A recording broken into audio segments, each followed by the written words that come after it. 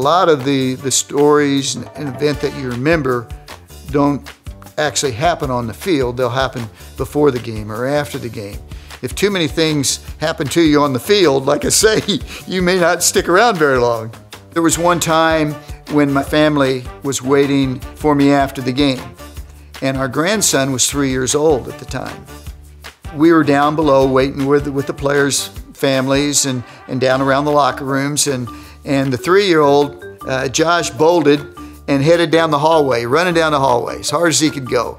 And his mother was right after him. And Peyton Manning stepped out of the locker room and Josh ran right into him. Now, to show you the kind of class that the Mannings had, you know, he could have said, "What's this kid doing down here? You know, this is supposed to be a family section or whatever." And instead, he says, "I'm going to get your belly."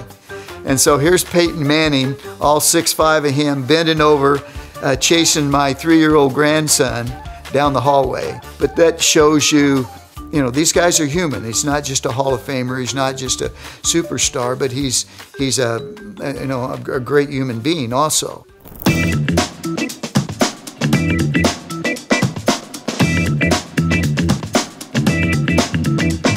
Another time, we were in our locker room after the game, and I looked up, and Steve Young, the quarterback from the 49ers, was in our locker room. Now, we have big guards outside our locker room with guns, and nobody gets in our locker room. And I look up, and here's Steve Young in our locker room. And he's talking to our referee, and I asked him, when it was over, I said, "What was Steve Young doing in here?" He said he came in to apologize. And I said, "For what?" And he said he came in to apologize for being rude. He said they were in a hurry-up offense, and he felt that we weren't getting the ball placed down quick enough, and he was trying to hurry us up, and he wanted to apologize for being rude. So now there's the kind of class that you run into at the office. People think that, you know, that the players were always calling you names or whatever. No, they called me sir, or they called me 91, which was my number, and we had a great relationship with them.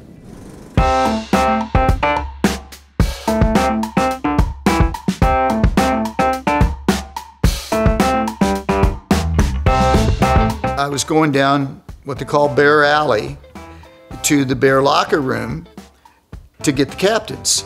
And I'm waiting outside the locker room, and somebody behind me, and of course Bear Alley is a secure corridor. You know, fans don't run around down in Bear Alley. And but I heard somebody behind me say, "Have a good game, ref."